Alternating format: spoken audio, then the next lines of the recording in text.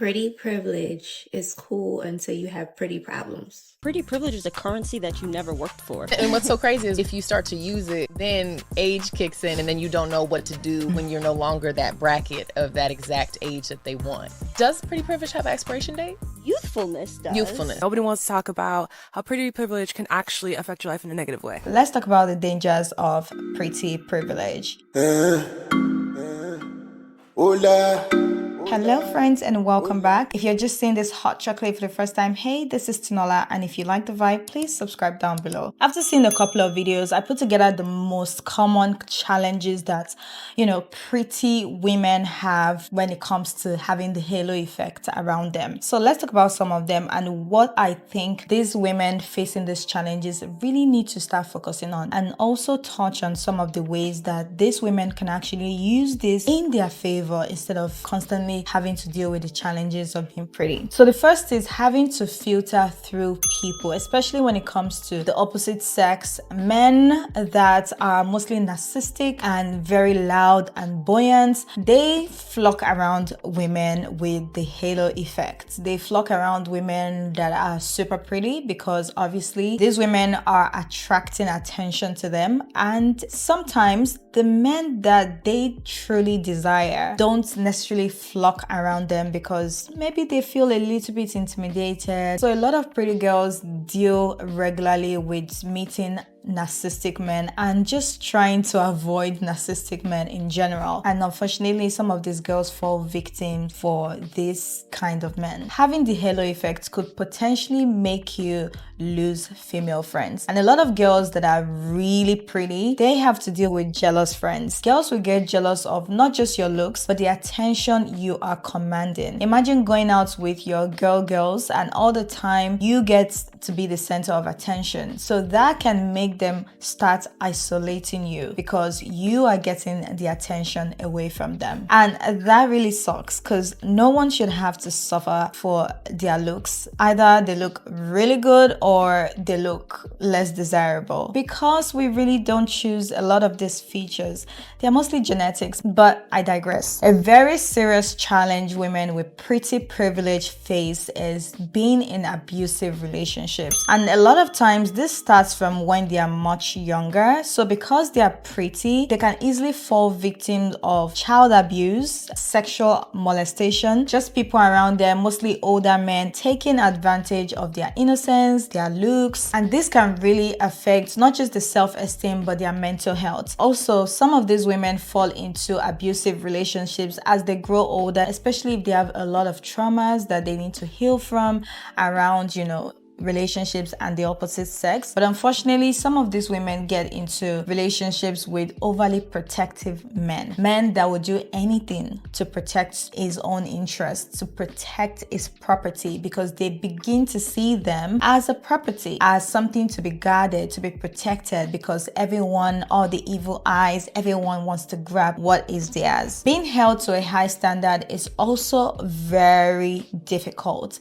because you're so pretty. People generally have this expectation of you that you're kind of perfect, and they know that you're not perfect, but they put you on that standard, on that pedigree, and it's almost like they are waiting for you to make one single mistake and they go like, yeah, I got you. Yeah, you're not so good after all. So there's a lot of expectation for these women to uphold these standards where they are not supposed to be vulnerable, they are not supposed to make mistakes, and people are just ready to criticize them instantly. The other challenge these women face are just being people pleasers, because the society puts you at a particular standard. For some women, they try to, come off that standard and try to be overly nice, just trying to overly compensate by being super nice to people that are not even treating them that well, which can lead to them being taken for granted even more, which can lead to them being bullied by friends. Take, for example, teenagers, they do this a lot, And even as you grow older, this can make people take you for granted because you are being a people pleaser. You're going out of your way to prove something to them that, oh,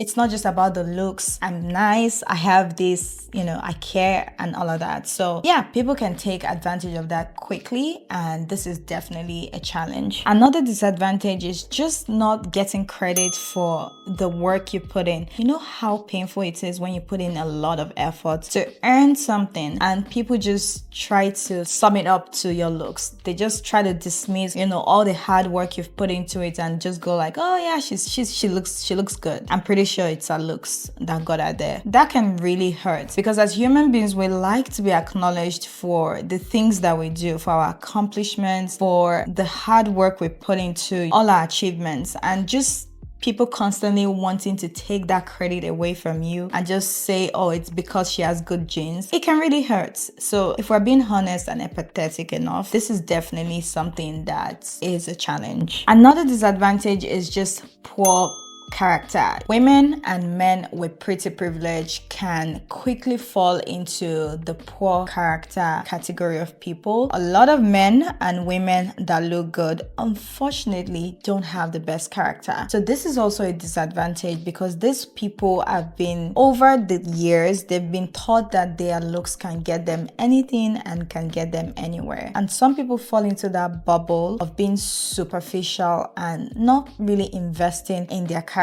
development. That being said, how can you use your pretty privilege in your favor and minimize some of these challenges or disadvantages? The first is you definitely want to understand that this is an unfair advantage that you have. Not everyone looks super good. Not everyone has the features that you have that are working in your favor. First of all, I'm of the belief that everyone is pretty, depending on how you see it, depending on how you use it. Everyone can be beautiful. But when we talk about pretty privilege in our modern society, we know what we are talking about. It's not just anyone can be pretty. Like I said in my previous video, I feel pretty. I know I'm pretty. And when it comes to pretty privilege, it's a very different for a black girl because you can be pretty and still not get the privilege and still not get the halo effect. But I digress. So here is how to use your pretty privilege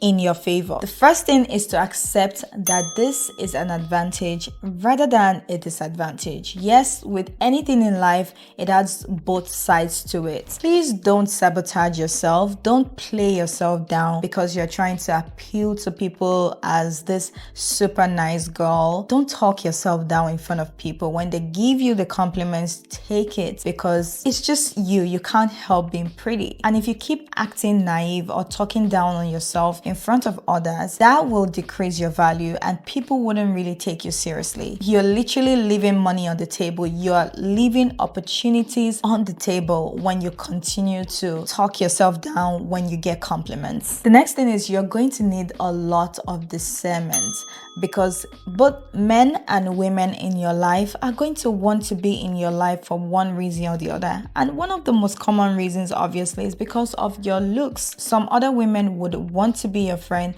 just because you look good in pictures with them when you go out together, or some of them would just want to be in your life to break you, like I said early on. And you might be wondering why, like I didn't do anything, I'm trying to be the better friend, why should anyone want to break me? Well, the truth is not everyone has good intentions, and that's the world we live in. Some people will literally want to feel sorry for you. They want to have a reason to feel sorry for you, so they're going to look for loopholes to sabotage you and to break you down. But does that mean you wouldn't have friends? Of course not. We all need relationships, we all need friendships, but you just have to be able to discern the kind of energy you have around you and who is really your people. Same goes for men. Some men will want to be your close friends, be super nice to you. At the end of the day, you're going to think they're just working with you with pure hearts, but then they're just waiting for that opportunity, that opening where you're going to be very vulnerable and weak, and they're going to take advantage of it. And that's why some, women with pretty privilege, they go through, like I said, sexual abuse, rape, and all that. So some men might not even have intentions of hurting you. They might just, continue to friend zone you and be your male bestie because they actually like you, but they don't know how to tell you. And that can also put away, you know, other men that want to come close to you. So I don't know if I'm making much sense, but you just have to, you need that discernment to be able to say, what's really going on here? You know, where is this friendship heading to? And what kind of intentions do these people have towards me? It comes with practice, it comes with prayer, but you'll need to be more intentional about that. Next tip is to be really proactive about your choices, your decision making, because there's going to be a lot of noise around you. Like, people want to get your attention. You command attention to you, you command people, you attract people to you. So there's going to be a lot to filter through. There's going to be a lot of noise, and you being proactive to go exactly where you want to be, not just, you know, following the crowd or just getting distracted with everything being thrown at you is very important. Still on being proactive, even when it comes to your body, even when it comes to your sexual wellness, you need to be very, very decisive on what you want. Girl, invest in your character. Honestly, where beauty cannot take you, character will take you. And since you already have the looks, it's even better for you because now all you need to do is to develop your character a little bit more. You don't want to rely too much on your looks because looks will change over the years as we grow older. So that shouldn't be the only asset you bring to the table. Like I said in my previous video, looks will get you into the room, but character is what's going to keep you on that table. And your looks shouldn't be all you have to offer. If you don't take anything out of this video, please take this. You're not supposed to feel guilty for your features. Either you have the pretty privilege, the halo effect, or not. You should always, as a person, as a woman, you should always embrace what you have. And I actually want to talk more about how to gain that pretty privilege for those that feel like they don't have it. You want to be able to use your features. So I'll touch more on that in my future video. But in the meantime, please catch up on my previous video on pretty privilege, TikTok pretty, and how much it matters in our current society or not. The truth is, every woman is prone to all the challenges I mentioned in this video. For pretty girls, they might have it a little bit more, but every woman is at risk of being abused, is at risk of bad female friendships, and all the other things I mentioned in this video. But I hope you've been able to pick one or two things, and I do want to hear your thoughts. Let me know down below if you've had any of these experiences and your thoughts on pretty privilege in general. I will see you guys in my next video, but until then, keep shining. Thank you for watching. Bye.